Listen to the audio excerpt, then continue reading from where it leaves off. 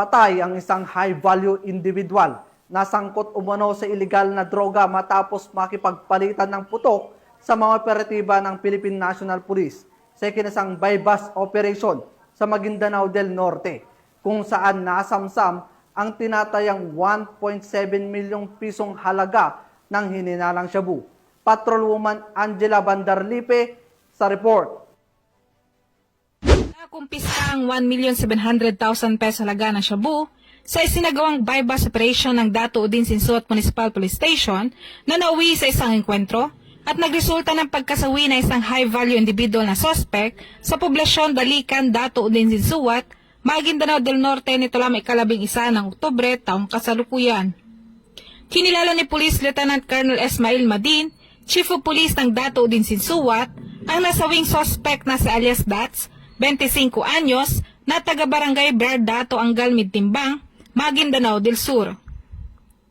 Bandang alas 2:50 ng tanghali, nang nasabing petsa na isagawang pinagsanib na pwersa ng mga tauhan ng 2 MPS at mga personahe ng Maguindanao del Norte PPO, ang naturang operasyon na nauwi sa enkwentro matapos makipagpalitan ng putok ng baril ang mga suspect sa mga operatiba ng matunugan ng sinasagawang operasyon.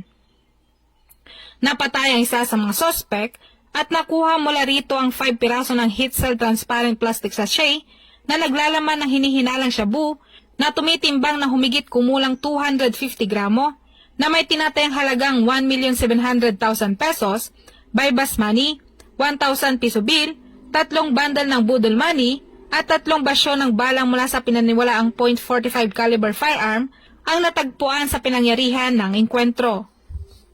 Nasa kustodiya ng naturang istasyon ang mga nakumpiskang ebidensya para sa wastong disposisyon habang patuloy pa rin pinaghanap ng mga otoridad ang 2 nakatakas na suspect. Muling pinagtitibay ng Police Regional Office Bangsamoro Autonomous Region sa pamumuno ni Police Brigadier Jason C. D. Guzman, Regional Director ng ProBar, ang kanilang dedikasyon sa mas pinagtinang kampanya laban sa illegal na droga at nanawagan sa publiko na manatiling mapagmatsyag at makipagtulungan sa mga otoridad upang mapanatiling ligtas ang komunidad ng Bangsamoro. Mula rito sa Rio ng Bangsamoro, ako ang iyong PNN correspondent, Patrolwoman Angela Bandarlipe, alagad ng batas, tagataguyod ng Balitang Pulis.